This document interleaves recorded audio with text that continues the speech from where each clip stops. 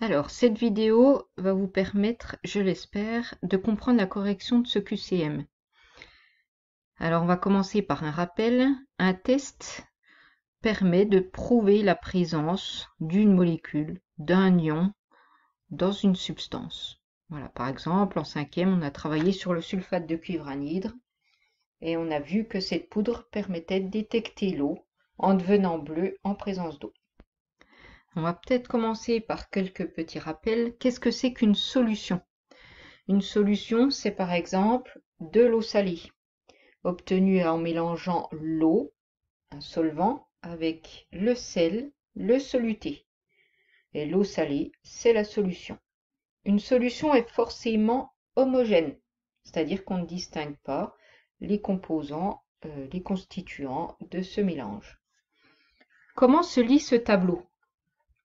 Alors, ce tableau, par exemple, si je pense qu'une solution contient des ions Fe2, Fe2+, je vais utiliser le réactif qui apparaît dans ce tableau pour montrer la présence des ions Fe2. Ce réactif, c'est de l'hydroxyde de sodium. Et si j'observe un précipité vert dans la solution où je pense qu'il y a des ions Fe2, eh bien, on aura bien prouvé la présence d'ions Fe2. Donc on voit que ici on a tous des ions positifs. Ce sont des ions positifs métalliques, c'est-à-dire qu'ils sont issus de métaux. Donc des ions cuivre, Fe2, Fe3, aluminium et zinc. Tous ces ions métalliques, on va pouvoir les mettre en évidence, c'est-à-dire montrer leur présence, avec un même réactif qui s'appelle une solution d'hydroxyde de sodium. On a un autre ion aussi qu'on va apprendre à mettre en évidence, c'est l'ion chlorure. Sa formule chimique c'est Cl-, et on va le mettre en évidence, lui, avec une solution qui s'appelle du nitrate d'argent. Donc, si dans une solution je pense qu'il y a des ions chlorure, je vais ajouter du nitrate d'argent à ma solution, et si j'observe un précipité blanc qui noircit à la lumière, c'est que ma solution contient bien des ions chlorure.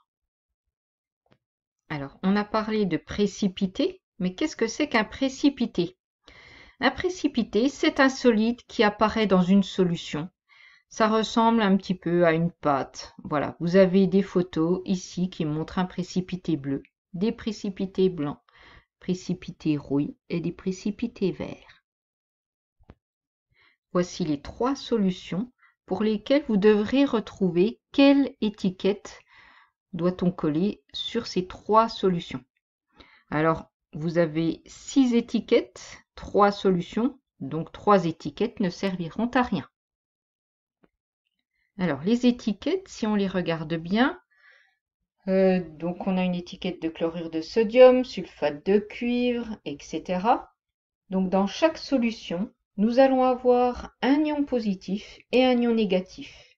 En effet, une solution est neutre, donc on va avoir autant de charges positives que de charges négatives. Alors, dans cette première question, on vous demandait quel réactif semblait le plus judicieux d'être utilisé pour montrer la présence d'ions positifs dans les trois solutions inconnues. Donc, si vous avez en tête le tableau précédent, les ions métalliques, on les reconnaît avec le réactif qui s'appelle l'hydroxyde de sodium. Cette réponse était donc la bonne réponse. On verse donc notre solution d'hydroxyde de sodium à nos trois tubes à essai qui contiennent les solutions inconnues. La solution 1, solution 2, solution 3.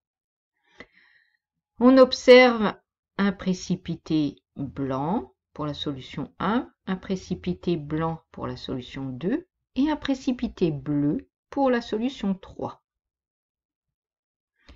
Donc ici, le problème était un problème de vocabulaire, il s'agissait du précipité bleu. Alors, qu'en déduisez-vous? D'après le tableau que je vais remettre, on voit que un précipité bleu avec un réactif qui s'appelle de l'hydroxyde de sodium permet de montrer la présence d'ions Cu2+. On a donc présence d'ions Cu2+ dans la solution 3. Je vais reprendre les étiquettes. Quelle étiquette contient les ions Cu2+? Uniquement celle-ci. Notre solution inconnue contient donc une solution de sulfate de cuivre, même si nous n'avons pas mis en évidence les ions sulfate. La bonne réponse est donc celle-ci. On a montré la présence d'ion cuivre dans la solution 3, donc l'étiquette sulfate de cuivre, c'est celle-ci qu'il faut coller sur ce flacon. Pour les autres tubes, on a dit qu'on obtenait un précipité blanc. Les autres mots de vocabulaire utilisés sont incorrects. Gel, pâté, tout ça c'est incorrect. Qu'en déduisez-vous pour la présence d'ions métalliques dans les solutions 1 et 2? Alors, on va remonter au test, tableau des tests. Alors, on a ajouté de l'hydroxyde de sodium comme réactif dans nos solutions inconnues. Nous avons obtenu des précipités blancs. On voit que du coup, ce sont ces deux colonnes qui sont concernées. Donc, a priori, une solution contient l'ion aluminium et une solution contient. Une solution est donc du chlorure de zinc et l'autre du sulfate d'aluminium. Comme on ne peut pas les distinguer avec les ions positifs, nous allons essayer de les distinguer avec les ions négatifs. Ici, nous avons des ions chlorure. Ici, nous avons des ions sulfate. Nous allons retourner au tableau de test des ions. Alors, on voit une information ici qui est fondamentale. Cette information rappelle que les ions sulfate ne font pas de précipité ni avec le réactif d'hydroxyde de sodium, ni avec le nitrate d'argent. Par contre, les ions chlorure, nous avons vu tout à l'heure, faisaient un précipité avec le nitrate d'argent. Cette différence va nous permettre d'identifier dans quelle solution il y a les ions chlorure et donc quelle solution contient l'étiquette de chlorure de zinc.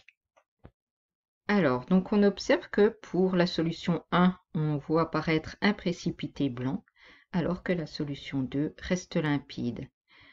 Nous voyons donc que la solution 1 contient des ions chlorure, c'est donc du chlorure de zinc, pardon. La solution 2 reste limpide avec le nitrate d'argent, elle contient donc le sulfate d'aluminium. Et la troisième, nous l'avions identifié précédemment, c'est le sulfate de cuivre. J'espère que cette vidéo vous aura été utile pour comprendre un petit peu plus les subtilités de cette notion de test d'ion. À bientôt.